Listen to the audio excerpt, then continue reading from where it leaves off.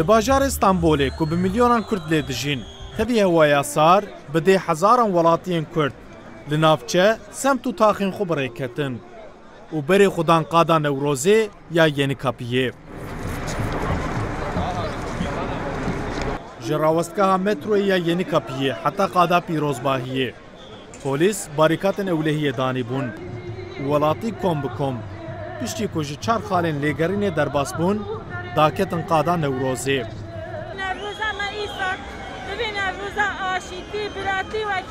Dixwazim bêjim ev rojekê pir xweş derbas bû, yanî ji bo me ji bo gelê Kurd hemû gelan pir xweş derbas bû. Xweş derbas bû, herga ji bila habî.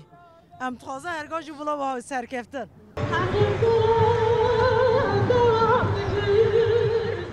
Newroza Stenbolê bi pêşengiya HDP bi slogana demdema serkeftinê hate li darxistin. Ji xênî Evserokê HDP Mithat Sancar, serok û nûnerên çend partiyên siyasî yên çepkir û demokratîk jî ku bi HDP re di nav tifaq û hevkariyê dane beşdar bûn. Evserokê HDP Sancarê ku bi Kurdî dest bi axaftina xwe kir, banga çareseriya meseleya Kurd kir û got em piştevanê deklarasyona aştiyê ya Newroza 2013 danin. Bu savaş politikalarını durduracağız. Em ê vî şerê li vî welatiyê rawestînin. Rêya rawestandina şer ew rêyaxweşika diçe aştiyê. Em ê bi çareseriya demokratîk çareserkirina pirsa Kurd vekin. Demokratik çözümle açacağız. Di pîrozbahiya Newrozê da dema ku navê Evserokê berê HDP Silhetên Demirtaşê zindanî dihat hildan. Girse eleqeyeke mezin nîşan dida û daxwaza azadiya Demirtaş dikirin. Sayın Demirtaş Kettle'dan mesaj attı.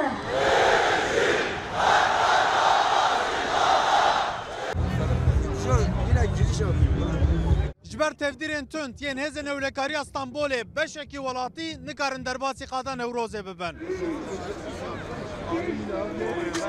Em nikarine derkevin, em nikarine bikevnî de. Rêya hemû ji ber me qepat dikin.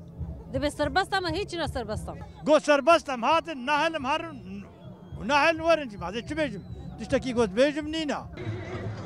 Her wiha, dîsa destûr bo hin welatiyên ku bi cil û bergên Kurdî li xwe kiribûn jî nihat tayîn. Ji xênê Alû filamayên HDP û DBP. Li qadê hejmarek ala Kurdistanê jî ji aliyê ciwanan ve hate berskirin. Horo am li ciyexwana, am li Stenbolê ne. Hamî xalkê Kurd li birin.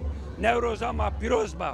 Cejna gelê Kurd, cejna gelê bildest, cejna kawa, cejna mazluma, cejna ew kesiyê me zindankara, em ya pîroz dikin. Güzel günler göreceğiz çocuklar. Ji xênê çend müzisyen û komên müzîkê. Hunermend Xêro Abbas jî di Newroza Stenbolê de amade bû û stranên xwe pêşkêşî gel kir. Tiştekî gelekî kêfxweşim îro li Ewropa ez hatime Newroza Stenbolê ez hêvîdarim. Hêvîdarim hal û bimêne vê coşa bimêne tu berf û baran nebarê ne ji bo me ji bo millet ez dixwazim. Wekî dîtir ez Newroza her çar parçeyê Kurdistanê rodav da ez pîroz dikim. Kurdên li Stenbolê dibin keş û hewaya sarda. Li ber germahiya agirê Newrozê, dîlan û govend gerandin. Kurdên li Stenbolê ev 43 salin ku cejna Newrozê bi coş û xiroş pîroz dikin. Îsal jî cejna Newrozê li yek ji mezintirîn qadên Stenbolê li qada Yeni Kapiyê hate pîroz kirin. Ömer Sönmez, Rûdaw, Stenbol.